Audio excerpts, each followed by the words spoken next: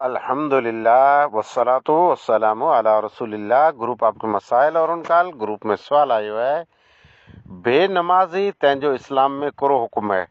अचो पहिरीं सवाल सुनो। खुश आमदेद। जी जी सवाल। अस्सलाम वालेकुम। अस्सलाम। मौलवी साहब, जेको 365 ॾींहं में हिकिड़ी बि नमाज न पढ़ंदो हुए, इन जो इस्लाम में कहिड़ो सो?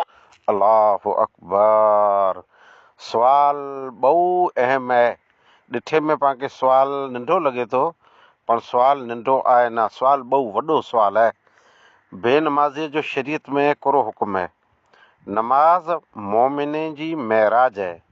नमाज इस्लाम जो अहम रुकन है। नमाज इस्लाम है, नमाज ईमान है। नमाज नबी सल्लल्लाहु अलैहि वसल्लम जी अखियुनि जी ठंडक है। नमाज मोमिन जी शान है, मोमिन जी पहचान है। जेको नमाज पढ़े थो उन लाइ करे त हर तरह जूं भलायूं अने हर तरह जूं रहमतूं आहिनि, पर नमाज नथो पढ़े तंहिंजो कहिड़ो भला हुकुम आहे। बेनमाज़ी हदीस में भारी ज़िक्र आयो आहे त अल अहदुल्लज़ी बैनना व बैनहुम सलाह, उहो एग्रीमेंट जेको असांजे दरमियान अने गैर मुस्लिम जे दरमियान आहे, उहो नमाज आहे। जेकॾहिं नमाज केरु पढ़े थो त असां भेरो आहे, यानी मुस्लिम आहे। जे नमाज नथो पढ़े त फमन तरका फ़क़त कफ़र, उन नमाज छॾे त इस्लाम जो इनकार कयईं। अॼु जो त सुवाल ख़ासि करे हिते पतंग उॾाईं पिया न, पतंग तंहिं मथे ॾूरी ॾूरी पतंग मड़े आसमान ते चढ़नि था। जेको सुवाल पुछियो पतंग उॾाइण कीअं, पर हिन सुवाल जो जवाबु न आयो। मां हट करे वेही रहियुसि त मथां हीउ सुवाल आयो। सुवाल नंढो आहे, हिन जो जवाबु वॾो थींदो।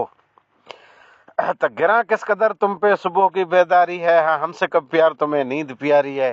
पाके निंद्रूं प्यारियूं, ॿिया धंधा प्यारा, कम प्यारा, पर नमाज पाके प्यारी खपे। हक़ीक़त में जवान जवान पोड़ा पोड़ा, सिखिया न ॻारनि ॻोढ़ा ॻोढ़ा, बांग सलात खां ॿोढ़ा ॿोढ़ा, सुम्हण लाइ थी आहिनि सोढ़ा सोढ़ा, आदत उनजी आहे अडंगी।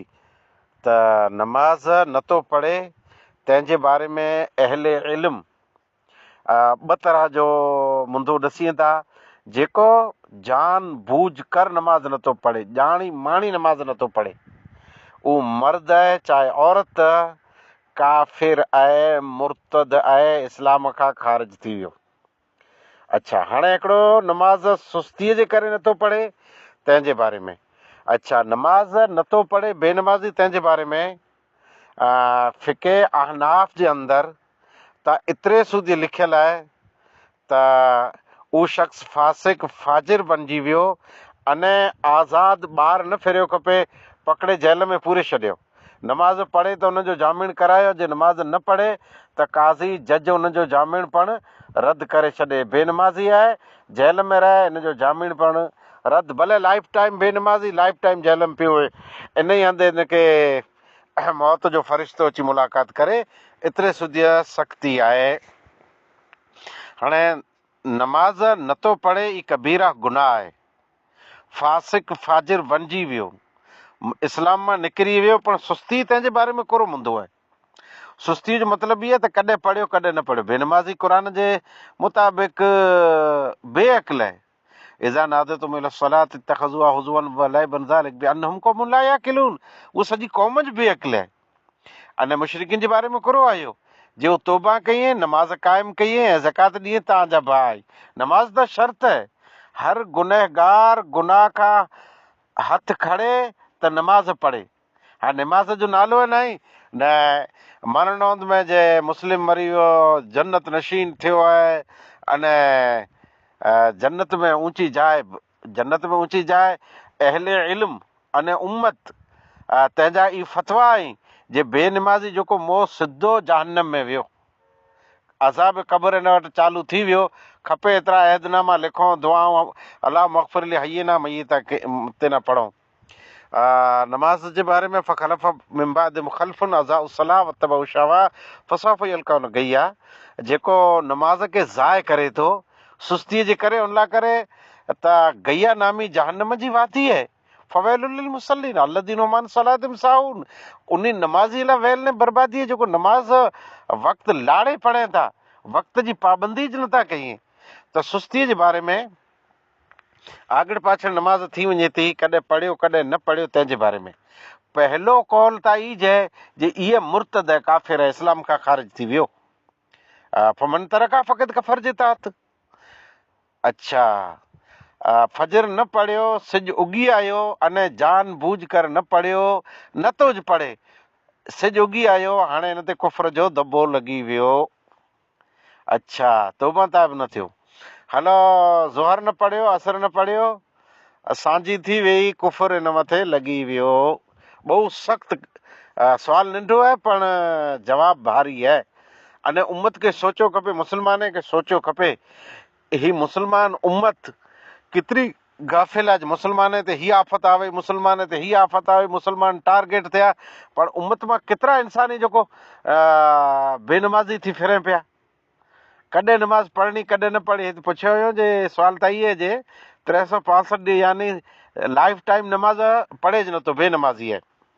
अच्छा, उमर बिन ख़त्ताब रज़ी अल्लाह ताला अन्हो एतिरे सीधे चवंदा हुआ, ला इस्लाम लिमन तरक सलाद, ला हज़ फिल इस्लाम लिमन तरक सलाद। जेको शख़्स बेनमाज़ी आहे उनजो इस्लाम में कीअं पिणु हक़ हिसो ज न आहे। हज़रत अली रज़ी अल्लाह ताला अन्हो खे सुवालु पुछ में आयो त कोई शख़्स नमाज़ नथा पढ़े, उन जो कहिड़ो हुकुम आहे? त अली रज़ी अल्लाह ताला अन्हो जवाबु ॾिनो, फहुआ काफ़िरुन, उहो शख़्स काफ़िर आहे। इमाम मरवज़ी रहमतुल्लाह अलैह पंहिंजी किताब जे अंदरि ई ज़िक्र फरमायो आहियो। बेनमाज़ी क़यामत वारे ॾींहुं इन जो हशर थींदो त जेको दुनिया जा ख़राब मां ख़राब इंसान रहिया, बुरा अने ज़ालिम, फिरौन, हामान, क़ारून, नमरूद, उबई इब्न खल्फ, अहिड़े ज़ालिम भेरो ई उभियंदो। मूं हिकिड़े तक़रीर कई, अने इहा सख़्ती से चयो जो बेनमाज़ी क़यामत वारे ॾींहुं फिरौन, हामान, क़ारून, नमरूद भेरो हशर थींदो। त हिकिड़ो बेनमाज़ी राज़ी पियो थियो तक़रीर में। अच्छा, नमाज़ पुठियां पोइ मूंखे ख़ुशीअ से मिलियो न, अॼु त असांखे वॾी इनाम ॾिने भई कुरो बेनमाज़ी क़यामत वारे ॾींहुं वॾे वॾे हाई लेवल जा जेको माण्हू रहिया उन भेरो उभियंदो। ला हौल वला कुव्वत इल्ला बिल्लाह। ही मुस्लमान जो इस्लाम आहे भई, उन इंसान जो इस्लाम जो वेंदो रहे थो जेको बेनमाज़ी वेहे थो।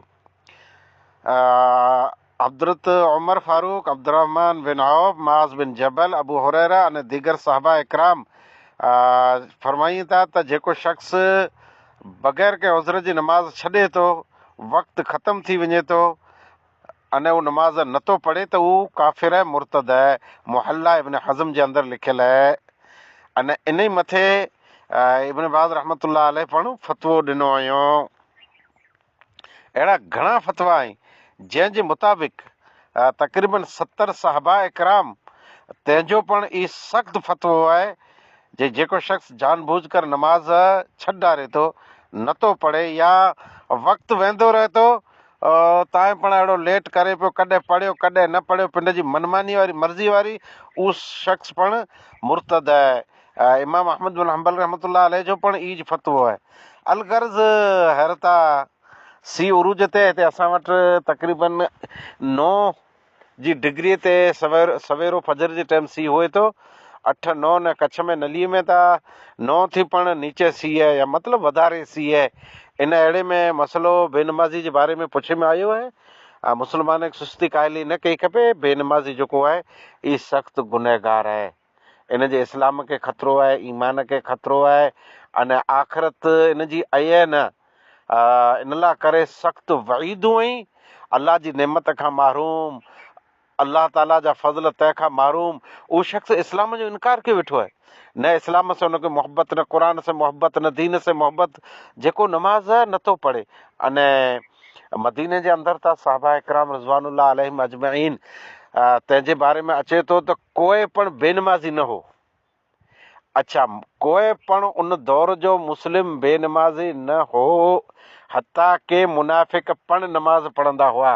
अॼु पण कोई शख़्स इशा जी नमाज़ में ज़राकन ताख़ीर करे थो, जमात में नथो अचे, नमाज़ नथो पढ़े, त मुनाफ़िक जो उन मथे लेबल लॻंदो। अलगर्ज़ बेनमाज़ी वॾो गुनहगार आहे। वाख़िर दवाना अल्हम्दुलिल्लाहि रब्बिल आलमीन।